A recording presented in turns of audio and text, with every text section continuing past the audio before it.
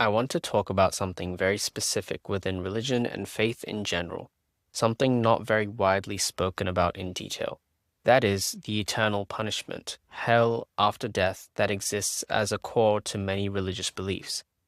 It is the exact opposite direction that we are motivated to act towards and is a powerful driving force of our actions. The fear of hell is something that acts as a great learning tool and allows individuals to recognize past mistakes and failures, to work towards a better future. It can also, however, act as a tool of coercion and manipulation, to convince an individual to act in ways opposite to their own true beliefs. The aim of this video is not to prove or disprove the existence of hell as a destination of the afterlife. Rather, it is to address certain questions that are not frequently asked or discussed about in religious circles. And to preface, everything I am saying is regarding the major religions or the Abrahamic religious beliefs, the most prominent interpretations of these beliefs, therefore not addressing niche or uncommon interpretations that may be held. Firstly, an in-depth understanding must be found before looking at the details about hell. The conditions of life, time, and existence that must exist before the destination of hell is to exist, or any eternal afterlife for that matter, must be satisfied before beginning to understand any later concepts.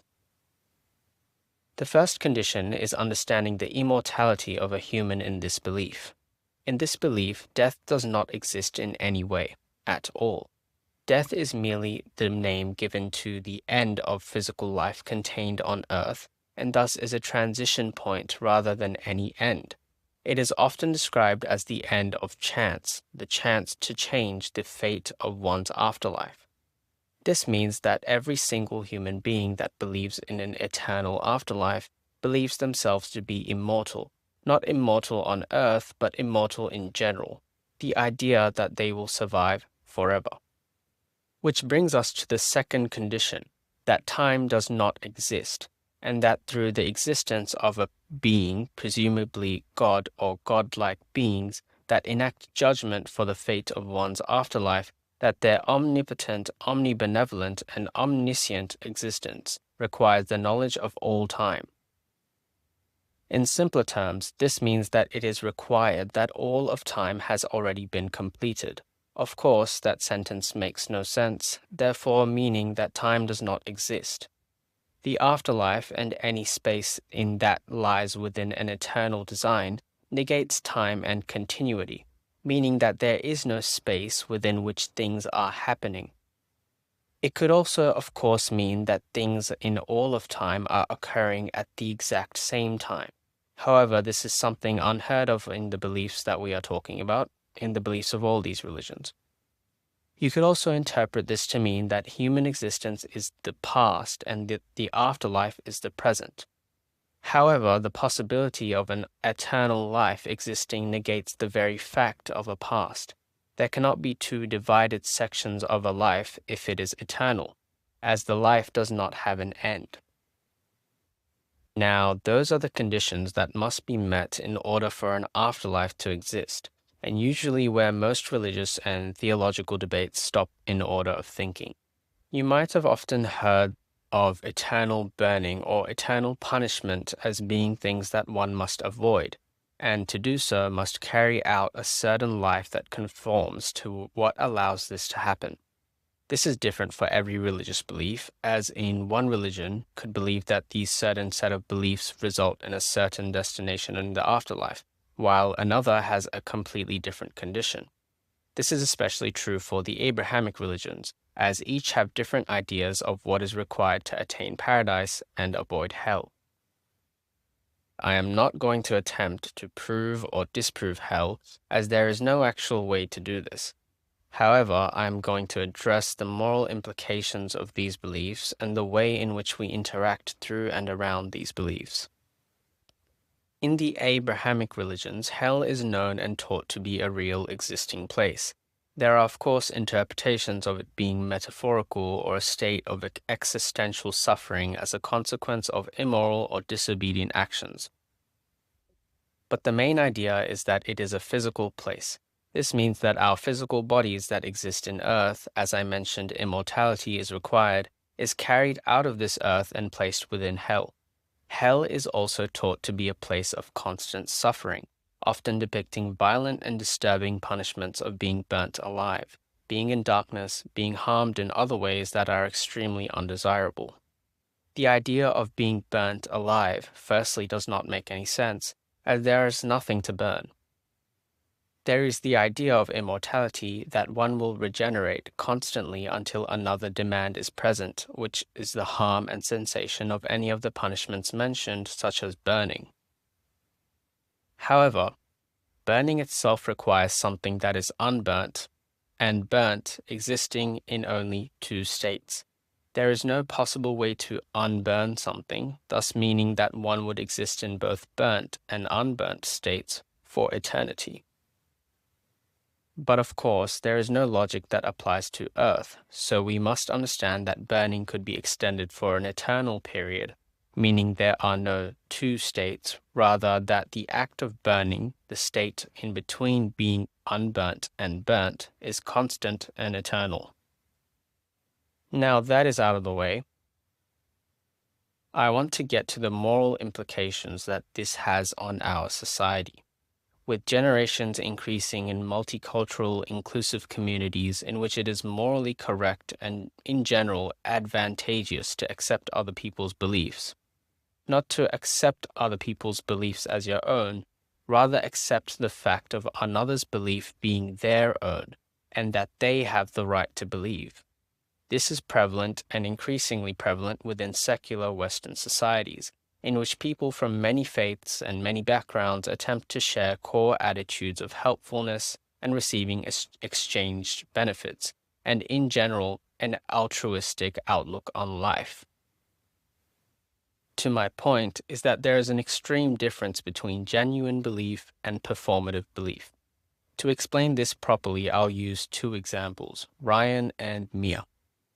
Both Ryan and Mia are religious believers in religions that confirm the existence of an eternal punishment and consistently act in ways affirming and aligning with their individual religious beliefs. Ryan is extremely concerned with the existence of the afterlife and the fact of hell. He understands that his religion explains clearly that the individual in disobedience or ignorance to his own belief will result in eternal punishment, if not initially fixed with intentions of belief and forgiveness from the beings of judgment before death. Ryan, due to this concern, often goes out of his way to interact with people that exist out of the fold of his own religion, in valid concern that they will receive eternal punishment and judgment of their own failure. He, in these interactions with friends and strangers alike, advises that these people turn to his religion in hopes that they will be saved from eternal punishment. Ryan often goes out of his way to random strangers that he believes are fit to listen, to explain to them the core principles of his own religion, giving them an understanding of why it is extremely important that they believe before their own death. So to summarize Ryan's case, Ryan is one that believes that he is helping others through his concern. Mia, though as religious as Ryan, does not do any of the things that I have just explained. Mia believes that it is a version of extremism to preach religion and that it is something that is too far gone. She believes that preaching religion and having extreme concern, as Ryan does, is futile and will only cause others to grow further away from the religion. However, Mia believes in the afterlife similar to Ryan and in eternal punishment, but she does not act in a way to save anyone else and does not look outwards. Mia believes that everyone is on their own journey, while also knowing the fact that the people she interacts with daily and is friends with have a chance of resulting in hell, to which Ryan would respond with either avoidance or extreme concern. These two examples represent the main types of thinking and acting within these beliefs, and as you can see, are extremely contradictory in their own ways. Let's start with the one that does preach. The person believes that they have the power to change the fate of an individual and their eventual destination. thus granting themselves the power to change eternity, although, as mentioned before, that time cannot exist in eternity, making this contradictory itself. Therefore, Ryan explains that it is important to bring as many people towards the correct path, towards a destination that is not suffering, which this point makes complete sense. In a society where morals are kept at high standards, it makes complete sense for one to go out of their way to help others avoid suffering in any way, especially if in regards to eternity and something that is unpreventable and unchanging. On to the person that does not preach. This person is the majority of religious people. Their belief does not align with their actions, not out of failure, but failure to pay attention to the consequences of their actions. This individual, as mentioned, Mia, befriends people that she is sure will be placed in eternal punishment, yet believes that the individual is on their own path towards success and being saved. She has done little to nothing to actually prove that she believes it is important to avoid hellfire.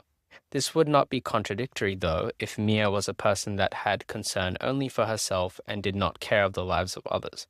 In this case, Mia is not this person. She is kind and considerate and worries for others. This is where the moral contradiction lies and where my point stands. My question that I've not heard in religious spaces is regarding who truly believes and who does not. Is it logical to claim that one who does not attempt to preach nor convert other people to their religion, thus allowing other people to reach eternal punishment, has genuine belief in their religion? In regards to emotion, one that befriends another, increasing in proximity to another, while also knowing and believing that they themselves may enter paradise and the other in hell? Is it a consistent argument or a fallacy that they truly believe? One that does not preach to the person they love, while holding the examined and genuinely believed truth that the person they love will reach eternal punishment, would be one that does not care for a human being, one that can believe that their neighbor or their relatives and friends are reaching towards the final, unchanging, and eternal destination of constant suffering and punishment, whilst not acting against this fate would be described as cruel and inhumane, if moral logic within our societies are applied. As I said before, this is not proving or disproving hell, or the existence of an afterlife. Rather, I want to address the common misalignment between people's beliefs and actions. One that does not believe in eternal punishment would thus not believe that any of their peers would reach the unchanging destination. Therefore, with moral logic within our societies applied, would be a considerate person. The real question is who truly believes, and if you find yourself in misalignment with your own religious belief, how would you realign it? If your neighbor is heading to hell and you believe it, then you'd better do something about it. Or best off, not believe in that hell, since there's no way you know if you'll be successful at your attempt to do something about it.